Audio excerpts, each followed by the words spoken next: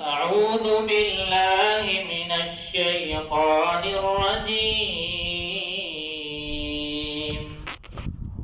بسم الله الرحمن الرحيم.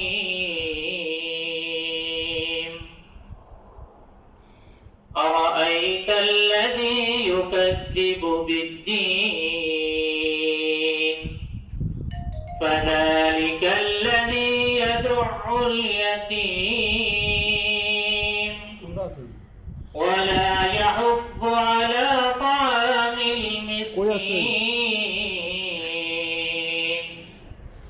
فويل للمصلين الذين هم عن صلاتهم ساهون الذين هم يراءون ويمنعون الماعون. صدق الله العظيم.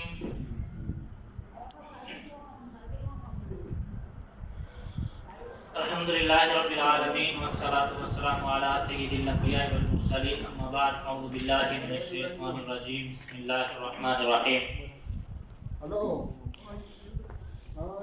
إن في خلق السماوات والأرض واختلاف الليل والنهار لآيات لأولي الألباب.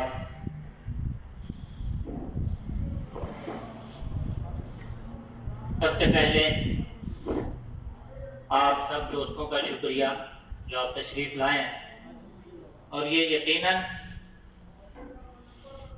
وہی لوگ یہاں پر تشریف لائے ہیں یا وہی لوگ آئے ہیں جنہیں اللہ تعالیٰ کی طرف سے توفیق ہے، کیونکہ یہ کسی کا کوئی ذاتی مفاد نہیں ہے، بلکہ یہ ایک اللہ تعالیٰ کے لیے ہم نے آج کا دن مقرر کیا تاکہ لوگ مستفید ہوں. جس طرح لوگ اپنی دنیا میں مشغول ہیں، اسی طرح انہیں ساتھ ساتھ اللہ تعالیٰ کی بھی یاد آنی چاہیے، اللہ تعالیٰ کے ذکر میں بھی مشغول رہیں. اور یہ جو ایسی مجلس ہوتی ہے، اس طرح کی بیٹھک ہوتی ہے، اس کے بارے میں نبی کریم صلی اللہ علیہ وسلم نے فرمایا نزلت علیہم السکینہ، کہ ان پر اللہ تعالیٰ کی طرف سے سکینت، سکون نازل ہوتا ہے. وغشیتہم الرحمہ، اور ایسے لوگوں کو اللہ تعالیٰ کی رحمت لپیٹ لیتی ہے، اللہ تعالیٰ کی رحمت میں ہوتے ہیں. تو یہ ہماری خوش قسمتی ہے. میں اکثر کہا کرتا ہوں، آج بھی کہتا ہوں کہ ہمیں جب بھی کبھی، میں ہی نہیں صرف یہی مجلس نہیں، کبھی بھی آپ کسی کو بھی دین کی بات کرتے ہوئے سنیں، کم از کم ایک نقطہ، ایک بات اپنے اندر بٹھا لیں کہ میں نے اس پر عمل کرنا ہے. اپنے آپ کو مجبور کریں کہ میں نے اس پر عمل کرنا ہے، کیونکہ شیطان آپ کو اس طرح نہیں چھوڑے گا، وہ آپ کو آسانی سے عمل نہیں کرنے دے گا. فَزَيَّنَ لَكُمُ الشَّيْطَانُ أَعْمَالَكُمْ، جو دنیاوی معاملات میں آپ مصروف رہتے ہیں، وہ شیطان آپ کو مزین کر کے پیش کرتا ہے. یار کتنا اچھا لگ رہا ہے آپ یہاں پر بیٹھ کے گپیں کر رہے ہیں، یار کتنا اچھا لگ رہا ہے ہم گانے سن رہے ہیں، یار کتنا اچھا لگ رہا ہے یار یہ ویڈیو دیکھ کے بڑا سکون ہوا ہے. قرآن کہتا ہے، میں نہیں کہہ رہا فَزَيَّنَ لَكُمُ الشَّيْطَانُ أَعْمَالَكُمْ، شیطان جو ہے نا برے کام بڑے خوبصورت کر کے انسان کے سامنے پیش کرتا ہے. یار کتنا اچھا کام ہوتا وہ برا کام.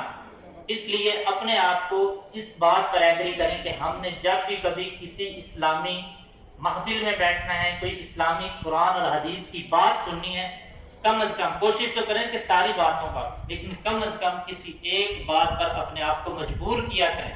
شیطان کو شکست دیں، اپنے آپ کو عمل پر ایگری کریں کہ میں نے اس بات پر عمل کرنا ہے، میں نے اس حدیث پر عمل کرنا ہے، میں نے اس آیت پر عمل کرنا ہے. جب آپ عمل کریں گے وہ حدیث بھی یاد رہے گی، وہ آیت بھی یاد رہے گی، ورنہ ہر چیز اوپر سے گزر جائے گی.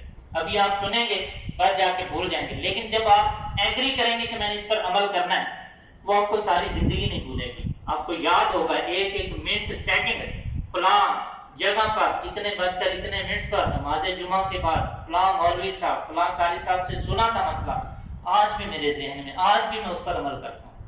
ورنہ تو ہم کتنے دن میں سن جاتے ہیں، رات میں سن جاتے ہیں، ویڈیو کلپس آتے ہیں سنتے ہیں. لیکن ہمارا اس وقت دل جو ہے نا وہ قبول نہیں کرنے کی حالت میں ہوتا کہ ہم ان چیزوں پر عمل کریں گے. جب عمل کرنے کی حالت ہوتی ہے یا نیت ہوتی ہے پھر سب کچھ یاد رہتا ہے. تو اللہ تعالیٰ ہمیں عمل کرنے کی توفیق عطا فرمائے اور توجہ سے سننے کی توفیق عطا فرمائے.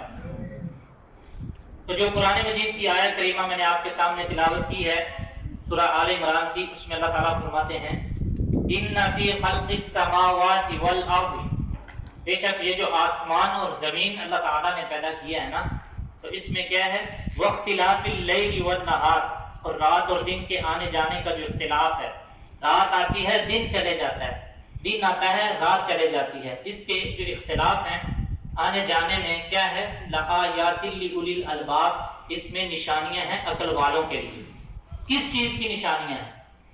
کہ انہیں پتہ ہو کہ کوئی ذات ایسی ہے جن کا کنٹرول، جس کا کنٹرول اتنے بڑے سورج پر ہے، اتنی بڑی کائنات پر ہے، اتنے بڑے بادلوں پر ہے کہ جب چاہتا ہے بارش برساتا ہے، جب چاہتا ہے بارش روک لیتا ہے، جب چاہتا ہے سورج کو کہتا ہے روشنی دے دے، جب چاہتا ہے سورج گرہن لگا دیتا ہے، سورج اپنی روشنی روک لیتا ہے، جب چاہتا ہے چاند کو حکم دیتا ہے کہ روشنی کر دے، جب ذات چاہتی ہے وہ اللہ تبارک و تعالیٰ کی چاند گرہن لگا دیتی ہے، چاند کی روشنی جو ہے مانند پڑ جاتی ہے. یعنی اس کے اندر یہ نشانی ہے کہ جو ذات اتنی بڑی مخلوقات پر کنٹرول کر سکتی ہے، ہم کو اس کے سامنے شے کوئی نہیں. ہمارے اوپر بھی اس کا کنٹرول ہے، یہ بھی ہمیں اس کے اندر یہ نشانی ہے کہ ہمارے اوپر بھی ویسے ہی اللہ کا کنٹرول ہے. اور دوسرا کیا ہے کہ یہ جو موسم تبدیل ہوتے ہیں، ان موسموں کی تبدیلی کے اندر بھی اللہ تعالیٰ کی طرف سے نشانیاں کہ یہ موسم اپنی طرف سے آتے جاتے نہیں.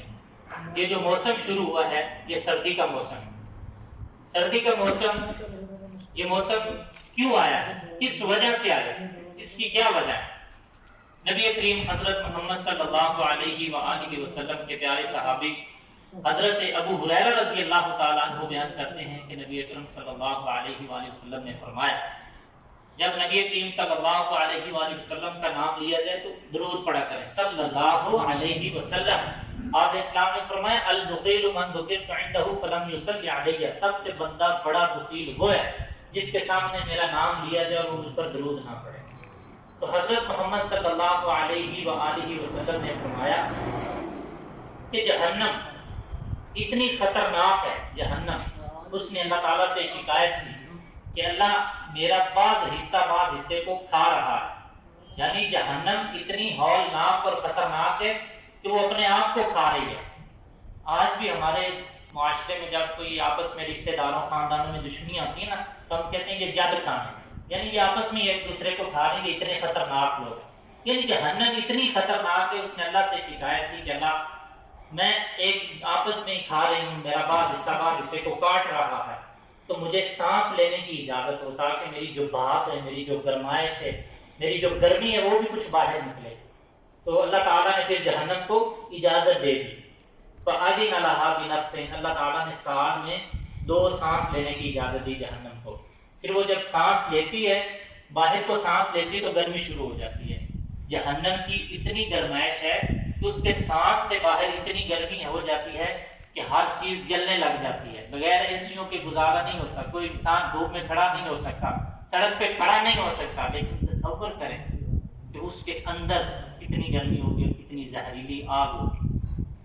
اور جب وہ سانس اپنا اندر کھینچتی ہے تو باہر سردی ہو جاتی ہے، موسم ٹھنڈا ہو جاتا ہے. یہ حدیث کے الفاظ ہے. تو یہ جہنم کی وجہ سے سردی اور گرمی آتی ہے. جب جہنم سانس باہر لیتی ہے تو سردی ہو جاتی ہے، گرمی ہو جاتی ہے. جب سانس اندر کھینچتی ہے تو پھر باہر سردی آ جاتی ہے. اس کے بعد کوئی بھی موسم ہے اس کو ہمیں برا نہیں کہنا چاہیے. ہر بندے کی اپنی طبیعت ہوتی ہے، ہر بندے کی اپنی ایک نیچر ہے. کسی کو گرمی پسند ہے، کسی کو سردی پسند ہے. تو اب جسے گرمی پسند ہے وہ سردی کو گالی مت دے، وہ سردی کو نہ کہے کہ یہ کون سا موسم آ گیا. نہیں، یہ خود نہیں آیا. جس سے سردی پسند ہے وہ گرمی کو برا بلا نہ کہے، یا جس کا کاروبار گرمی میں چلتا ہے وہ سردی کو برا بلا کہے، یا جس کا سردی میں کاروبار چلتا ہے وہ گرمی کو برا کہے. تو یہ ایسا نہیں کرنا چاہیے، کیونکہ نبی کریم صلی اللہ علیہ وسلم نے فرمایا یؤذینی ابن آدم، یہ حدیث قدسی اللہ فرماتے ہیں کہ جو ابن آدم ہے، انسان ہے، مجھے تکلیف دیتا ہے، مجھے دکھ دیتا ہے. تو کیسے تکلیف دیتا ہے؟ تو آپ علیہ السلام فرماتے ہیں کہ اللہ تعالیٰ فرماتے ہیں یسب الدہر، وہ زمانے کو گالی دیتا ہے. جب ابن آدم زمانے کو گالی دیتا ہے تو مجھے تکلیف ہوتی. کیوں؟ وَأَنَا الدَّهْرُ، میں خود ہوں زمانہ۔ اللہ فرماتے ہیں زمانہ خود نہیں، دن رات خود نہیں آتے جاتے، بلکہ ان کو لانے والا میں ہوں۔ جب آپ رات کو، دن کو، گرمی کو، سردی کو، سورج کو، ہواؤں کو برا کہتے ہیں تو وہ اللہ تعالیٰ کو تکلیف ہوتی ہے، کیونکہ اللہ فرماتے ہیں ان چیزوں کو تو لانے والا میں ہوں، لے جانے والا میں ہوں۔ تو کسی بھی موسم کو ہمیں گالی نہیں دینی چاہیے، کسی بھی وقت کو، زمانے کو، یار وقت بڑا برا ہے فلاں چیز، ہمیں وقت کو گالی نہیں دینی چاہیے۔ اس کے بعد ہوا کو برا بھلا نہیں کہنا چاہیے۔ ہوا چلتی ہے کیونکہ نبی کریم صلی اللہ علیہ وسلم کے دور میں ان رجلا نازعته الريح رداءه، یعنی ایک بندے کی چادر جسے لنگی کہتے ہیں اسے ہوا نے اڑا دیا تو وہ بندہ ہوا پر لعنت کرنے لگا، ہوا پر لعنت کرنے لگا کہ یہ ہوا نے میری چادر اڑا دی ہے۔ تو نبی کریم صلی اللہ علیہ وسلم نے فرمایا لا تلعنها فإنها مأمورة، اسے لعنت نہ دے، یہ تو اللہ تعالیٰ کی طرف سے حکم دی گئی ہے، یہ خود نہیں ہے بلکہ اسے بھیجنے والے اللہ تعالیٰ کی ذات ہے۔ وَإِنَّهُ مَنْ لَعَنَ شَيْئًا لَيْسَ لَهُ بِأَهْلِهِ رَجَعَتِ اللَّعْنَةُ عَلَيْهِ، جو بندہ کسی ایسی چیز پر لعنت کرتا ہے اور وہ اس کا حقدار نہیں ہے، یعنی آپ کسی پر فضول لعنت کر دیتے ہیں، لعنت ہو، فٹے منہ وغیرہ جو بھی اس کے الفاظ ہیں، تو لعنت واپس پلٹتی ہے لعنت کرنے والے پر، جو لعنت بھیجتا ہے اس پر واپس لعنت آ جاتی ہے، لعنت اگلی چیز پر نہیں جاتی بلکہ واپس آ جاتی ہے۔ اور اسی طرح جب ہوا چلے تو ہمیں ہوا کے اندر اللہ تعالیٰ سے دعا کرنی چاہیے کہ اللہ اس ہوا کے اندر جو خیر ہے، جو بلائی ہے وہ عطا کر دے، اور جو اس کے اندر شر ہے اللہ تعالیٰ اس سے ہمیں محفوظ رکھ دے، کیونکہ ہواؤں کے اندر کبھی یہ رحمت بن کے آتی ہیں تو کبھی عذاب بن کے آتی ہیں۔ رحمت بن کے آتی ہیں تو ہماری فصلیں، ہمارے کھیت، ہماری طبیعتیں، ہمارا سانس ایک اچھی چیز ہے۔ جب زحمت بن کے آتی ہے، جب آندھی بن کے آتی ہے تو پھر فصلیں تباہ کر دیتی ہے، برباد کر دیتی ہے، گھروں کے گھر گرا دیتی ہے، پھر طوفان کی شکل میں آتی ہے، درخت گر جاتے ہیں، جانوروں پر بجلیاں گرتی ہیں۔ تو اللہ تعالیٰ سے سوال کرنا چاہیے کہ اس ہوا کے اندر یا اللہ جو فوائد ہیں، جو اچھی چیزیں وہ ہمیں عطا کر دے، اور جو اس کے اندر نقصان ہے، جو ہماری طبیعت کے مخالف چیزیں ہیں، جو ہمارے موافق نہیں، اللہ ان سے ہمیں بچا لے۔ اور اسی طرح نبی کریم صلی اللہ علیہ وسلم نے فرمایا کہ بخار کو برا بھلا نہیں کہنا چاہیے۔ موسم تبدیل ہوتے ہیں، انسان کی طبیعت خراب ہو جاتی ہے، یا کبھی کوئی بھی بیماری آتی ہے تو اسے ہمیں برا نہیں کہنا چاہیے۔ کیوں؟ کیونکہ یہ تو نبی کریم صلی اللہ علیہ وسلم نے فرمایا فَإِنَّهَا تُذْهِبُ خَطَايَا بَنِي آدَمَ كَمَا يُذْهِبُ الْقِيرُ خَبَثَ الْحَدِيدِ، بخار، بیماری، کوئی بھی پریشانی آتی ہے نا، اللہ تعالیٰ کے مومن بندوں سے گناہوں کو صاف کرنے کے لیے آتی ہے۔